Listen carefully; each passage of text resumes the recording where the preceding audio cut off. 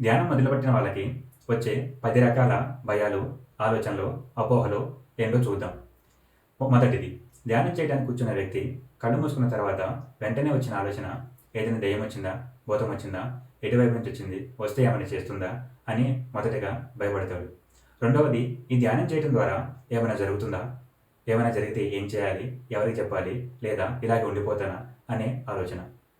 ఇక మూడవది, ఒక 5 నిమిషాలు గానీ, 10 నిమిషాలు గానీ అయిన తర్వాత బ్యాక్ పెయిన్ మొదలవ్వటం. కాసేపటి తర్వాత లెగ్ పెయిన్స్ అంటే లెఫ్ట్ గానీ, రైట్ గానీ లెగ్స్‌లో పెయిన్ మొదలవ్వటం. ఇక నాలుగవది, ఇంకొక పావుగంట తర్వాత కాళ్ళు 2 తిమ్మిరి పట్టడం. ఇక ఐదవది, నేను కూర్చున్న పొజిషన్ కరెక్టా కాదా? ఏ పొజిషన్‌లో కూర్చోవాలి? పద్మాసనంలో కూర్చోవాలా? వజ్రాసనంలో కూర్చోవాలా? లేకపోతే కుర్చీలో కూర్చోవాలా? సోఫాలో కూర్చోవాలా? అనేది క్వెషన్ మార్కులు రావటం. ఇక ఆరవది, ఇప్పటిదాకా ధ్యానం ఒక 5 నిమిషాలు, 10 నిమిషాలు చేశాం. ఇక చాలు, ఇంకేం చేస్తాంలే అనిపించడం.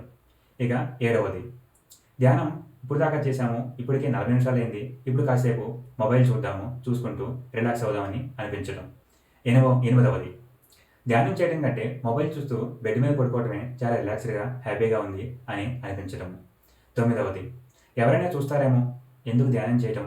ఎవరైనా చూడకుండా దాక్కొని చేద్దాం అని అనిపించడం. ఇక పదవది, ధ్యానం చేయటం లాంటివి నేను చాలానే చూశాను. ఇవి కొత్తేమీ కాదు అని అసలు చేయకుండా పక్కన పెట్టడం.